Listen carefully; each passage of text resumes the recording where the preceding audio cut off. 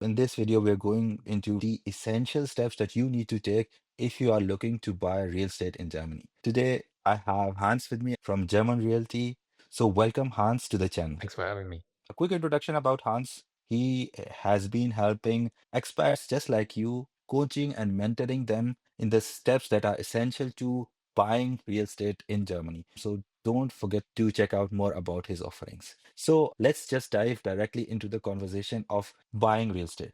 So for most of us, if we want to buy real estate in Germany, the first step is simply going to ImmoScout or any other platform and start looking into it. So, what would you recommend if someone is looking into these platforms specifically? What should they look out for, and what are the big red flags that they should see? Don't look any Right. further. First of all, of course, you need to decide on a location in which you would like to invest or buy your property, right? So that's the first sort of criteria you need to set whenever you want to have a look at listings on, let's say, ImmobilienScout. So you just go to ImmobilienScout, check out the different filters you can set, as I said, location, maybe the maximum square meter price or the maximum overall price, the maximum amounts of rooms, let's say, and stuff like that, right? So once you've filtered and sort of categorized the different listings, then you can check out the different listings on ImmoScout. Generally, it can be said, and we'll talk about this later on throughout the video as well, that the really good listings are going to be gone within just a few hours, right? So generally, what doesn't make sense is to Mhm, just browse ImmobilienScout and have a look at different listings. What's really important is that you download their app and set up a search alert for new listings once they become available. In terms of red flags, there are, of course, several, right? And it's very difficult to sort of give a general answer to that specific question because mhm, it's really dependent on the specific property. But in most cases, you shouldn't invest in properties which are too old and not renovated, let's say, right? Let's say the apartment or the house is in a bad condition. It's from, let's say, the early 1900s, mhm, as many Altbau properties are in Germany. Then, if there aren't any renovations or if there haven't been renovations in the last couple of decades, it's really not a good idea to invest in a property like this if you don't have any experience when it comes to renovating apartments, right? Another couple of big red flags would be specific heating systems, such as Nachtspeicher, which are sort of night storage heaters, mhm, generate mhm, warmth or heating by using electricity. That's just a big red flag for me. I wouldn't touch anything like this. And then, of course, other structural mhm, big issues with the house or the building overall. You really need to be careful about things like this. Those are the main biggest red mhm. flags, I'd say. And does the energy class make a big difference? So if it is A, B, C, D, so does it make a big difference if someone is looking for this rental property, or is it again connected to this kind of a red flag? It's somewhat connected to this red flag, right? Let's say you have an old heating system which is not good, for example, the night storage heaters, then the Energieausweis or the energy certificate Mhm, rating would be a lot worse. So it's definitely something you should look at as well, but don't only look at it, right? It also mhm, depends on your preferences and what your plans are with the property. Let's say you just want to buy a property in which you invest and which you then rent out, right? Then it should have a mhm, rather good rating all the way from, let's say, a rating of A to like D or E. But if your plan is to really renovate an mhm, apartment, let's say, and sort of create value with this mhm, renovation, which is probably more for like advanced investors, then you can also buy properties with a worse energy efficiency class, renovate it, and improve the energy efficiency mhm. class by that. Okay, but essentially, one should not just start with the energy class of A, because a lot of people think, okay, if it's A class, then it's a really good deal to have, not necessarily because of the price, but they think, okay, if it's an A class, there would be relatively or little to no heating costs. Is this a right concept to have, or is it missing something? It's correct that the energy efficiency class, if it's of course a good rating, then the property is probably in a very good condition, right? Because it has good insulation, the best Mhm, windows, good heating systems, and so on. So from that perspective, it's correct. But also what you said earlier is correct. Those kinds of properties are, in most cases, if they have an A rating, they are Neubau properties. So like newly built buildings, right? mhm, And then you have the issue that mhm. these properties are very expensive. And then from a financial perspective, in most cases, I'd say it doesn't make sense for you to invest in a property like this. Okay. So we had planned something where Hans was going to go in depth of one of his properties. We're going to look into that. But before that, I have one question, and I got this from one of my followers that he's actively looking in the real estate market, and there has been one property which he's been following since the last couple of months. The property price has decreased, but he's confused in what's wrong with this. So let us maybe look at this very superficially. Again, this is not individual advice for this person or for you, but it is just general guidance of what to look at if a property has been listed for a long time and no one is touching it. So maybe it could be something interesting for you. So let me just share how this property is. So maybe you can have a look at this property and share if it's a good deal or if people might be looking at something like this and thinking, okay, maybe there's a red flag. So let me just quickly go through the main things. So it is a two-room apartment. The price is almost 100,000 euros, and there are two rooms, and the living space is 47 square meters.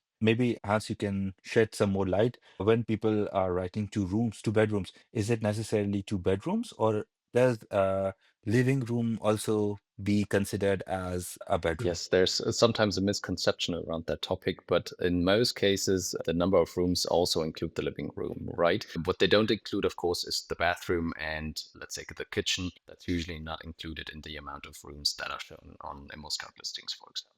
But if let's say the kitchen is not a very small section, but it's not also a living room, it's a hybrid of between those kind of things. Could the listing writer write it as a separate room as well? In most cases, not, right? But if the kitchen is, let's say, a big room and there's like the living room attached to it, then this would be counted as one room. Yeah. Because people, a couple of times, some people have shown me where, let's say, you have a small size kitchen and then an area where you can keep your dining table and a couple of chairs.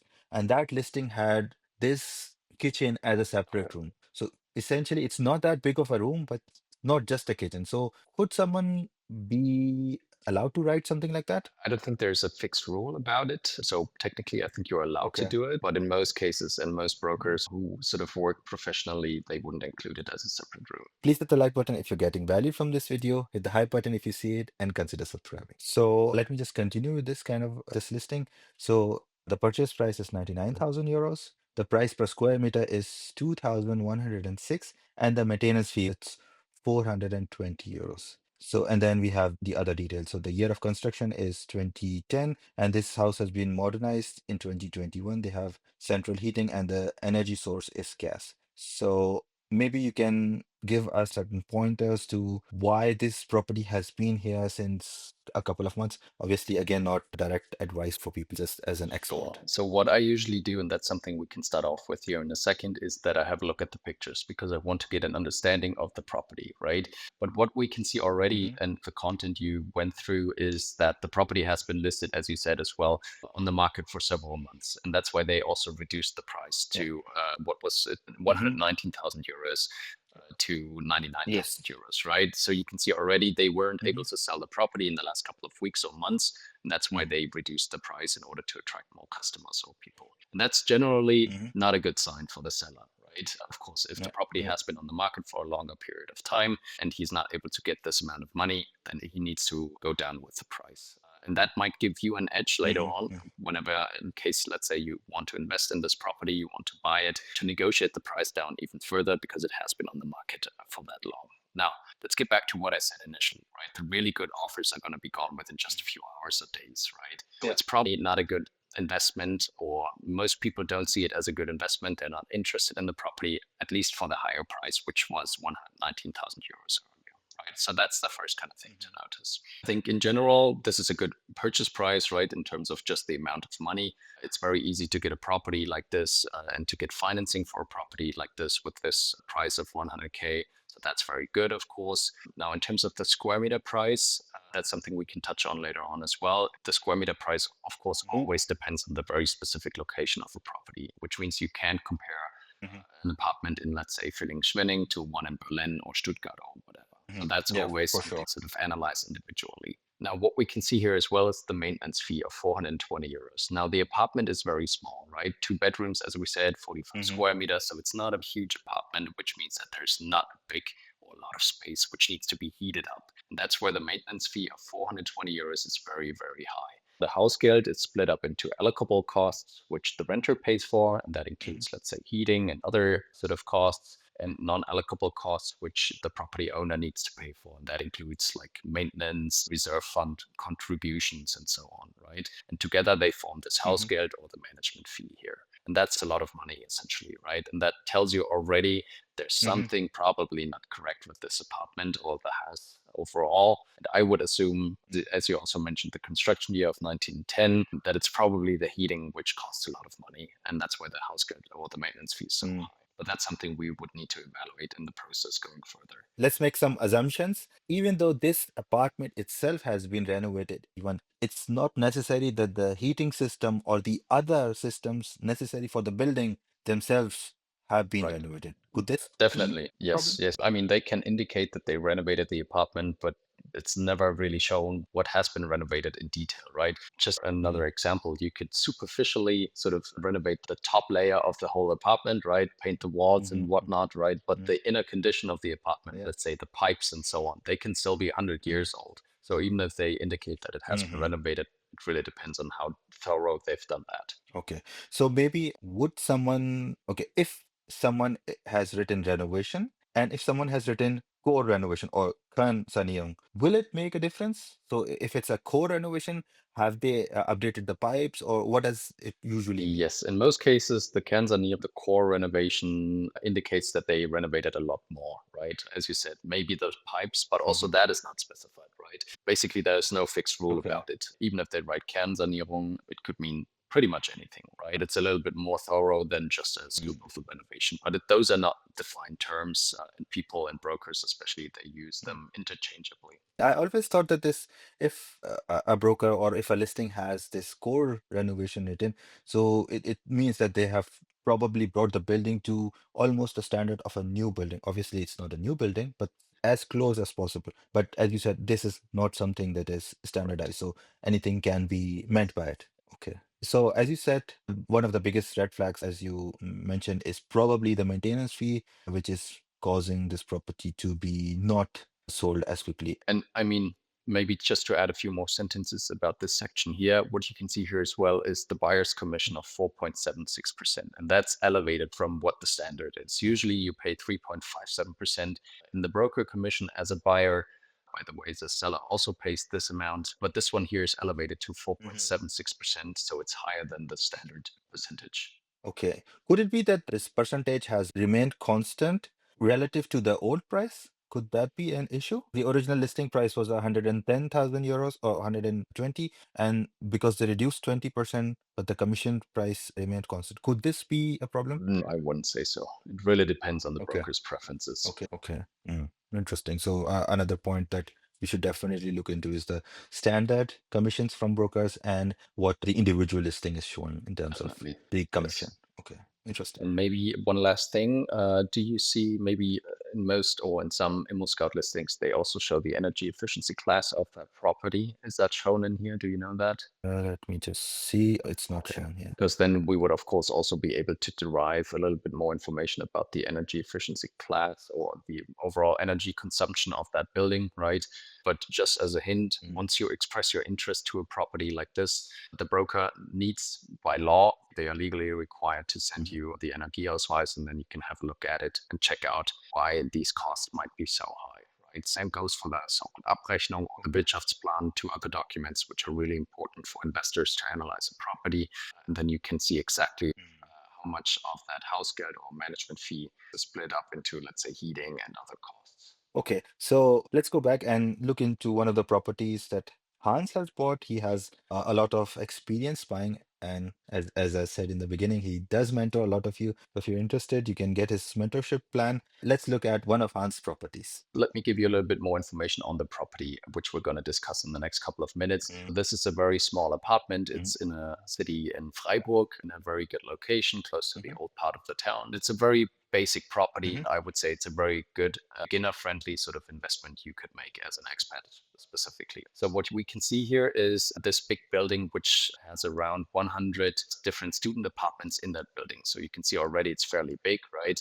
okay. And all of these Mhm, units, all of these apartments are basically the same, right? They have the same layout, the same setup, and are mhm, in this sort of smaller size. I think it's a very good investment. Let's start with that because if you invest in a small property like this in a bigger building, your share of ownership is very small, which means that if the property would need to be renovated in the next couple of years, let's say the owners need to replace the roof or repair the facade or whatever. And these costs for those Mm-hmm. kinds of renovations are split up among all owners, depending on your share of ownership, right? So let's say the roof will need to be renovated for 200,000 euros or maybe even a little bit more. And your share of these costs would be very, very low. And that's a very big advantage you have when investing in a property compared to if you invest in a very small building where there are only, let's say, 5 or 6 apartments, and then you need to cover a lot more of Mm-hmm. these costs yourself.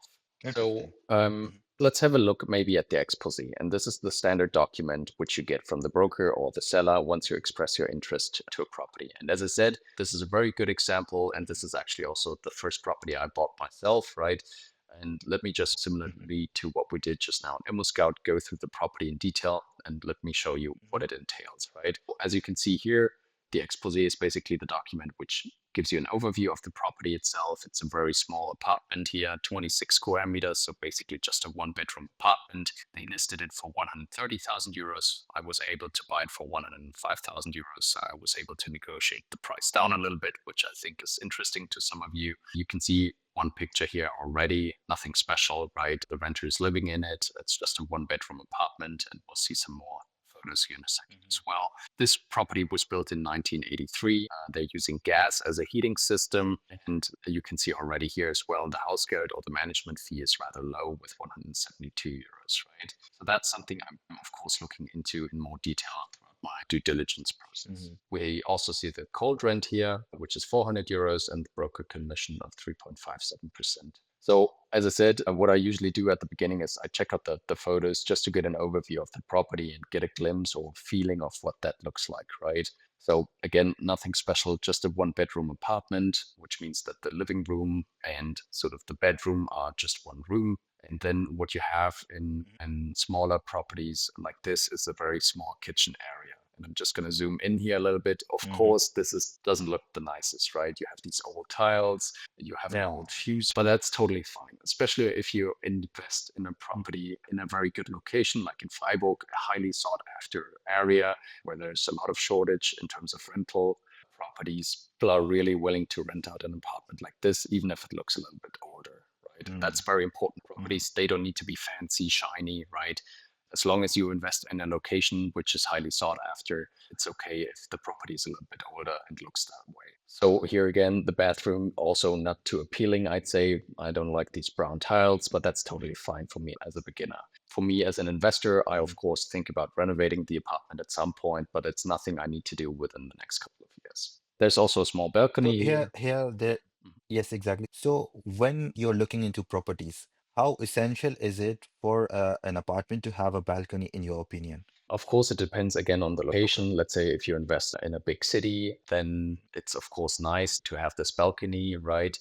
But it's not necessary for me to have this balcony, right? Sometimes it creates even more costs Okay. in terms of renovation costs because balconies need to be renovated every 20, 30 years. But that's not a Mm-hmm. criteria I sort of look for. Okay. Yeah. And this one is special either, right? It's just a small space where you can store more stuff or hang out. And that's it, right? Mm-hmm. I think this is a really good sort of first investment you can make. If you are interested in that, of course, the next step then would be after checking out the Exposé is requesting all of the documents such as the mentioned Energieausweis, the Abrechnung, the Wirtschaftsplan, and of course also the protocols of the ownership association meetings, which takes place once a year. And then you do your due Mm-hmm. diligence process in detail. And this is a little bit technical at some point, but that's usually what you need to do in order then to sort of also figure out whether this investment makes sense from a financial perspective. So once you have this expose and you look at all of these documents, the yearly meetings document and the energy document, and you have a good feeling, how quick should you be able to react if you sign something like this? For example, as you said, the good properties go within a couple of hours of being listed. So how quick should one be into responding? So the first step usually is the ideal way would be you get a notification on your phone on ImmoScout, and then you contact the broker Mhm. immediately, right? I just usually copy and paste the same message to every listing I see, just me stating that I have interest in the property, right? What you then get back is, in most cases, an automated email including the expose. And then I go through the expose like we did just now, right? And if I think this might be a really good deal, then you actually need to be very fast. If I think it's a really, really good deal, then I even call the broker immediately, Mhm. ask for a viewing appointment, and for all of the other documents, as I just mentioned. And what kind of document should you already have if you are interested in buying real estate? For you as an investor, it's important to get an overview of your financial situation if that's something you haven't done before, right? You need to know exactly how much cash can you actually invest, how much do you have available, let's say on a monthly basis for the mortgage. And what I advise people to do is usually get in touch with your local bank and talk to them about financing a possible property at some point, right? So another type of document you would need at least for that, I mean, the bank's going to ask you for it anyways, is the last three pay slips which you will then need to Mhm. give to the mortgage broker or your bank. Same goes for your ID. They, of course, need to identify you. Mhm. Um, and that's pretty much it, sort of as a first starting point. Later on, of course, if Okay. you want to do your due diligence of a certain property, you need some sort of calculation spreadsheets to do that, right? And you can get that on my website as well, but you can also use publicly available ones which might be in German. It's important that they are specific to, like, let's say, the German area because of the details or specifics you have Mhm. in this market with, let's say, cold rent, warm rent, allocable costs, and so on. So it's important that you get one of these spreadsheets. They're also the ones I use myself for my due diligence process. So this is the spreadsheet I usually use for my due diligence process. I developed it myself, right? And the Mhm. essential thing I want to find out, or the reason why I do this financial due diligence, is to find out how much equity I need to bring in and what kind of cash flow the property gets me. The spreadsheet is split up into two sections, right? You have this initial property evaluation, and in this part here, you only need to fill out the blue fields. If you do that, it takes around 2 to 3 minutes. Then it calculates the cash flow automatically here on this right side, right? Then you also have a detailed cash flow calculation for the next 10 years because I'm always planning on selling the apartment after 10 years, but that's a little bit too technical and detailed for this Mhm. video now. So let's Mhm.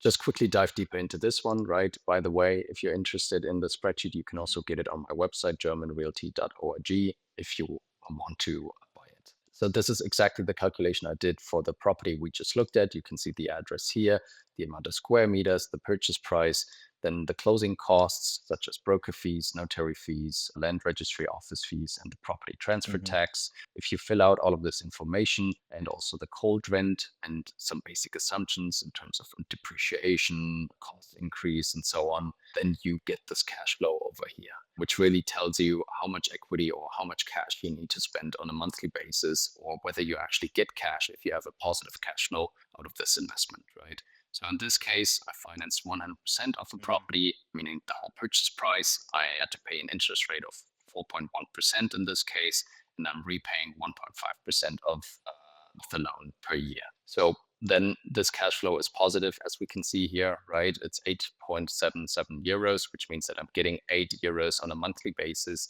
out of this investment. Plus, I'm repaying 131 euros out of this investment on a monthly basis as well. So it's even positive, right? Which is, of course, the ideal beginner property here as well. If it has a positive cash flow, Mhm. and that's something you should aim for. So you mentioned the point of paying about 1% back. So if someone is interested in buying a real estate property, when someone is buying a property for themselves where they live, they try to bring in as much money as they can or as much as it is possible for them. And then at the end of the year, they also add additional money to it so that the whole principal amount goes down. So what would you say for someone who is buying a real estate property? Is it a good idea to pay as little as possible in terms of paying back the mortgage, or should one look at a good middle ground, like 2-3% or whatever? What is your personal feeling, so to speak? Again, it's difficult to give a generic answer. It really depends on your personal situation and your financial situation, right? Mhm. But what can be said is that in most cases in Germany, people use a 2% repayment rate, right? Which means that 2% of the loan you're repaying on a yearly basis. Of course, then you can decide, would you like to go higher than that or lower than that, right? And I make my decision based on how old am I really, how long, how many years do I still need to work, right? Again, one step back, if Mhm. you invest in a property in which you live yourself, you can't make use of any of these tax benefits compared to when you buy a property and rent it out. Then you can deduct all of these expenses like interest as well, right? So I have an incentive if Mhm. I have a high salary and I keep my job, let's say, right, to reduce my taxable income. So, from a tax perspective, it might make sense Mhm, to choose a lower repayment rate. And that's also what I did here with mhm. 1.5%. But if I were to buy a house or an apartment in which I live myself, I would want to reduce the loan balance as fast as possible, right? Because I can't deduct these expenses, the Mhm. interest amounts. And that's then when it makes sense to repay a little bit more than the standard 2%. So connected to this, let's say if someone buys a property as a to-let, so they bought a property, they let it out on rent, and let's say 3, 4, 5 years, they think, okay, let's move into this property. Would it have a negative effect based on the depreciation or the tax benefits that they have already gotten from the government? Would it have a negative effect? Can 3, 4, 5 years be a good time, or maybe after 10 years? So is there a distinguishing factor between those things? So that would mean you can make use of these tax benefits for 3 to 5 years, right? And once you're moving into that house or apartment, then you can't make use of any of these tax benefits anymore, right? So you use that depreciation and deducting all of these expenses for a number of years. But after that, once you moved in, it's not possible anymore. And that's, of course, something you need to decide on yourself, right?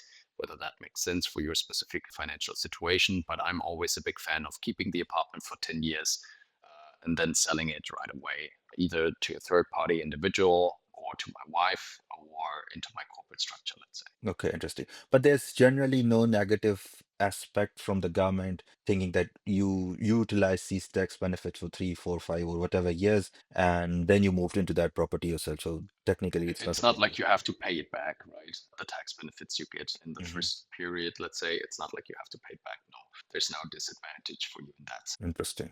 So could be a good idea, or could be an idea if someone wants to buy a real estate property and maybe it's a good deal and they don't want to move right now. Maybe they can buy something, put it on rent, get the tax benefits, get those paid off from the tax benefits, and then maybe look into moving into that property themselves. Yes, Cool. that's of course feasible. Interesting. Yeah. I think overall, this spreadsheet really helps to sort of figure out whether this investment makes sense for you. As I said at the beginning, if you're interested in that, you can check it out on my website, germanrealty.org. You just mentioned that you can sell property to your family members. So is it possible for someone to sell a property to their spouse without any issues? Yes, I mean, that's possible, right? You can sell your property to any person.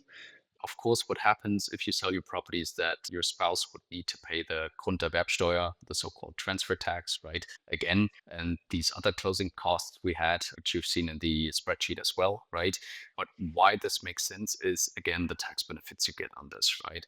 And the biggest factor from that is the depreciation. If you sell your property to, let's say, your spouse after 10 years, you can charge a higher purchase price for that property. And then that means your baseline for the depreciation is higher compared to that previous price you had. So, in that sense, you have a tax benefit. And most people really make use of this and sort of sell and buy properties from their spouses. And that's what every tax advisor will tell you to do as well. So this is not considered in that gift tax category because you're Yes. selling this property to your spouse or whoever. Yeah. Okay, interesting. And does it apply to anyone, any family member, even if you are filing tax returns as a joint family, or is it only if someone is separately filing tax No, returns? also, if you file a tax return jointly, then you can make use of this.